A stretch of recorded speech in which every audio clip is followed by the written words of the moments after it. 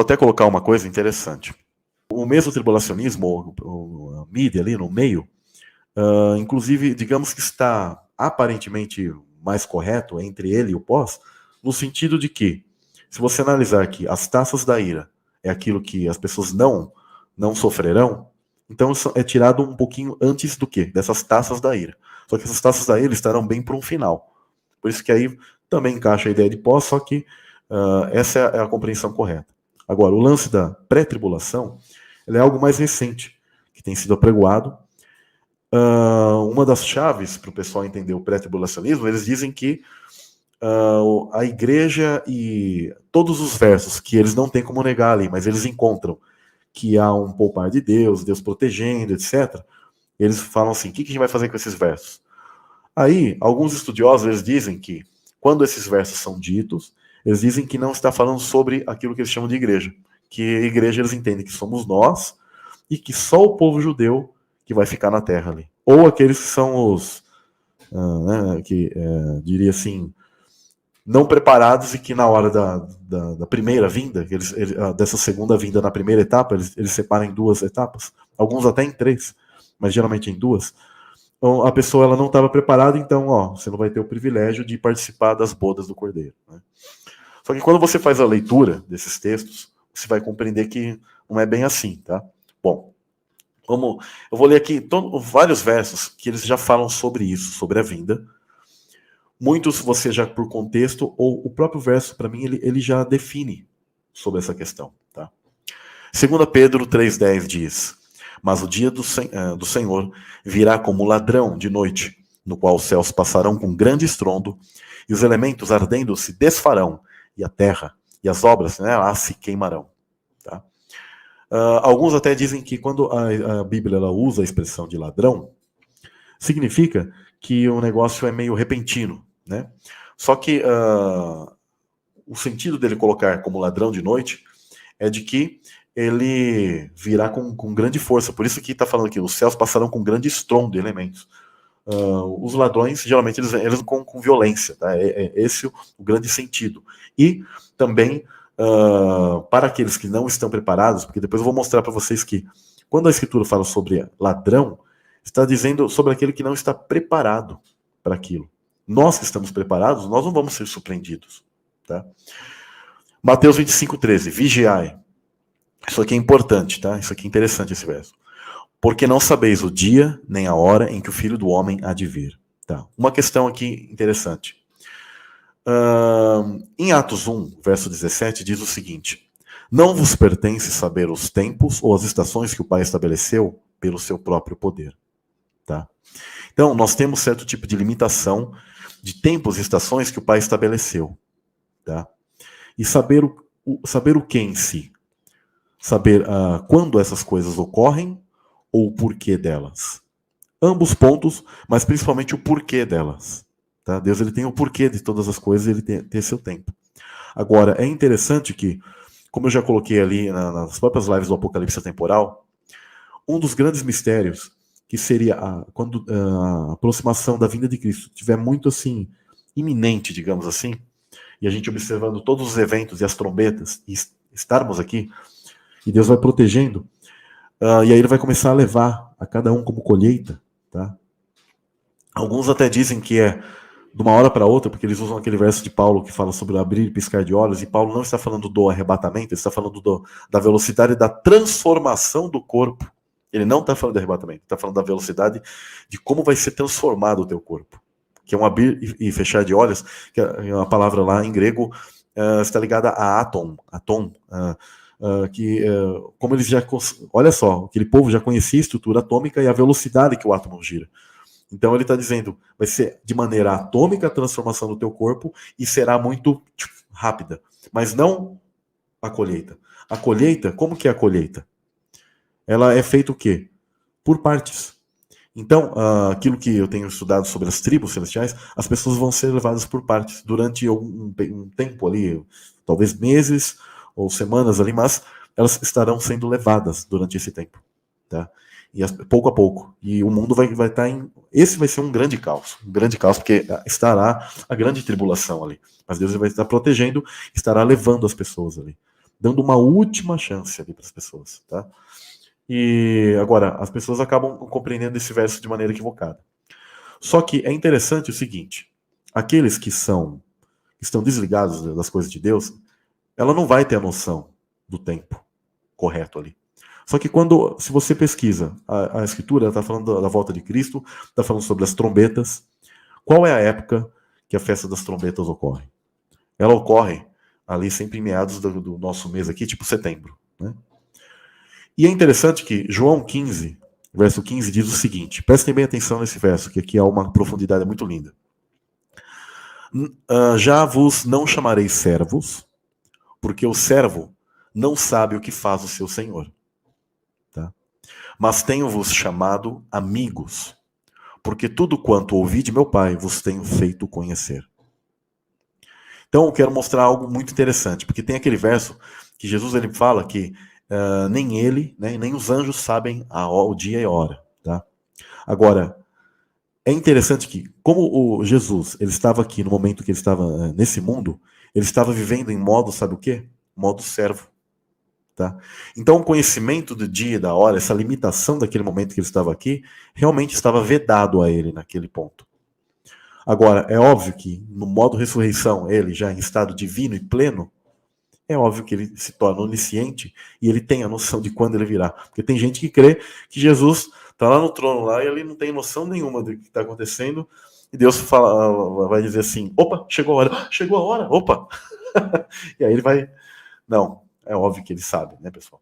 E obviamente que aí aos anjos, né, aos que estarão vindo, e todo o reino celestial terá a noção, e tudo isso está sendo desencadeado, e hoje eles possuem sim a noção de quando é, tá? Só que, na verdade, os próprios anjos, eles aguardam sim esse momento que, sim, o Messias ele tem a total onisciência e plenitude de quando é esse momento, tá? Então isso é muito simples. Nessa parte, a Igreja Católica, eles dizem que Jesus é o próprio Deus. Eles estão equivocados nessa questão de dizer que ele é o próprio Pai, mas eles até acertam no ponto de dizer que ele, em sua limitação, eu não vou dizer limitação carnal, porque eles nessa parte estão errados, mas que ele tinha uma limitação em saber isso. Sim, porque ele estava aqui num modo de servir, tá? num tipo de conhecimento. E essa revelação, ela está, como eu disse, em João 15:15. E nós, naquele dia, aqueles que somos mais próximos, que buscamos isso de Deus, um dia saberemos. Essa revelação tem a ver com 7 trovões. Ele vai abrir. E aí as pessoas já saberão, falam assim, é a volta do Messias. E o momento de arrebatamento estará acontecendo, o momento de colheita. E ele vai levando aos seus, até o último que se dá naquilo que é chamado de toque da última trombeta.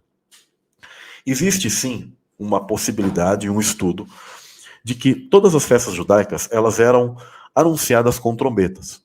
Então, existem o entendimento de alguns pré-tribulacionistas que eles dizem que quando é falado sobre o toque da última trombeta, seria uma espécie de toque, mas não relacionando com a festa das trombetas e que a igreja estaria passando aqui pela festa das trombetas.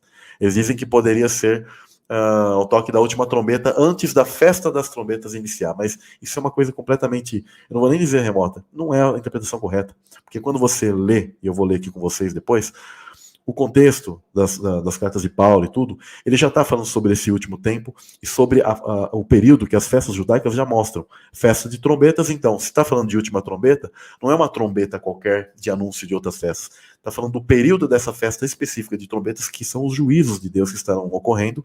Deus vai estar protegendo, vai ser um momento de colheita, até que no toque da última trombeta tudo se finda e já não tem mais um ser para ser levado. Já foram levados todos e agora é só taças da ira sobre o mundo. Isso é bem simples, tá? Então, isso é importante para vocês compreenderem. Então, eu vou ler aqui 1 Tessalonicenses 4, né, passagem famosa. Não quero, porém, irmãos, que sejais ignorantes acerca dos que já dormem, para que não vos entristeçais como os demais que não têm esperança. Então, existem aqueles que não têm esperança sobre os mortos. Por quê? Porque os parentes deles não terão a ressurreição em Deus. Então ele fala assim, não sejam ignorantes acerca daqueles que já morreram, como aqueles que não creem na ressurreição. Tá? E por que ele diz dormem? Existe essa questão de dormir? Sim. Quando a Escritura fala de pessoas que estão no mundo espiritual ativas, como dá o exemplo na parábola sobre Abraão, tá? Mas, ao mesmo tempo, a Escritura fala que os que estão lá não têm consciência de nada, porque se eles estão ativos, então eles estão tendo consciência, sim. Mas não têm consciência das coisas, estão como que desativados, dormindo, como desativados. Sim, eles estão dormindo, desativados, mas porque a grande colheita, ela está nesse estado de stand-by. Está como se fosse aguardando, esperando. Tá? Só que às vezes as pessoas pensam assim que fica aquele monte de gente tipo desativada em algum lugar, e como é isso? Quanto tempo demora isso? No mundo atemporal, isso é muito instantâneo. É exatamente como quando você dorme. A Escritura não usa nada à toa. Quando você dorme, você não sente o tempo passar. No momento que você está dormindo mesmo, né? Não naquele sono meio, né? Você dormiu, você não sente o tempo passar, simplesmente você desperta. Isso é interessantíssimo. Porque você está desconectado naquele momento, um pouquinho dessa matrix aqui, dessa matriz, desse mundo que nós chamamos de real, que é uma simulação incrível que Deus ele criou, tá? Para você passar, interagir e mostrar quem é você. Então, é a mesma coisa. As pessoas que elas estão como que desativadas de todos os tempos, elas não vão sentir. E elas vão ser despertas todas no mesmo dia. No mesmo dia. Tá? E os que estiverem vivos naquele momento, é aí que eles são transformados num piscar de olhos. Tá? Mas isso é importante vocês compreenderem. E ele diz, porque se cremos que Jesus morreu e ressuscitou, assim também aos que em Jesus dormem, ou seja, estão desativados. Senão Paulo ele não usaria duas expressões, e a Bíblia nunca usaria dois tipos de expressões, para alguns como que estivessem despertos ou dormindo. Porque fica nessa contradição, e por isso que os caras eles ficam brigando entre eles. O problema dos teólogos hoje é brigarem em dizer, não, só ficam dormindo, tipo, não tem consciência de nada. E aí eles têm que inventar coisas terríveis, como por exemplo, quando Elias e Moisés são vistos, aí eles têm que falar que aquilo era apenas uma espécie de holograma que Jesus viu, mas ele não estava conversando com eles literalmente, porque eles estão dormindo. Os caras não têm noção do que eles estão falando. Eles estão falando que Jesus estava falando com uma espécie de holograma, conversando com eles, trocando uma ideia com o holograma. Não, estava falando com Moisés e Elias de maneira atemporal, e mesmo que o tempo já tinha passado e eles entendem que eles já tinham morrido, eu até compreendo que eles viajaram no tempo e falaram com Jesus, mas ainda assim, eles precisam compreender que Moisés, Elias, esses tipos de profetas, eles são os heróis da fé, eles estão no mundo atemporal, eles estão despertos, tá? Os hebreus, eles tinham uma noção que estes específicos profetas, como Samuel, Abraão, etc e tal, por isso que Jesus deu aquela parábola, o livro de Enoque também confirma isso, existia um local que eles chamavam de Sheol de Abraão, um mundo espiritual onde esses mortos permanecem ali, que eram específicos, o ser deles ficava nesse lugar em específico, porque eles são de um tipo de hierarquia e Deus tem um tratamento diferente com eles. É tão assim que Satanás, ele não está indo atrás do teu corpo, do meu corpo em si, mas, por exemplo, de Moisés, Miguel teve que ser enviado para proteger o corpo de Moisés. Em que sentido? O que Moisés tinha de específico? Esses heróis da fé, esses profetas, eles tinham um tipo de tratamento diferente de Deus, da parte de Deus.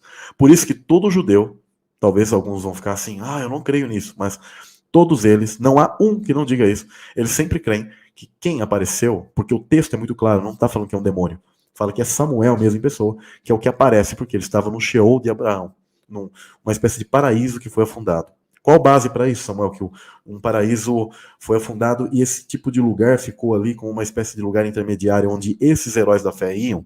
Ezequiel 31 mostra que as partes edênicas elas chegaram a afundar. Então eles ficavam numa espécie de lugar assim.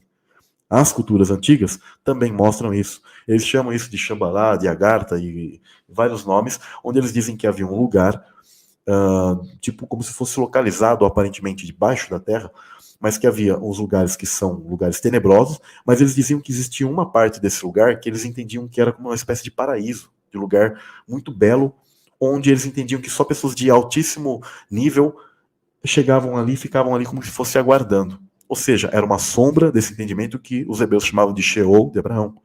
Isso a religião não vai te ensinar. Por isso que eles não conseguem conciliar a parábola de Jesus e essa questão daqueles que dormem. E isso é muito importante para você entender a ressurreição e o arrebatamento por sua vez.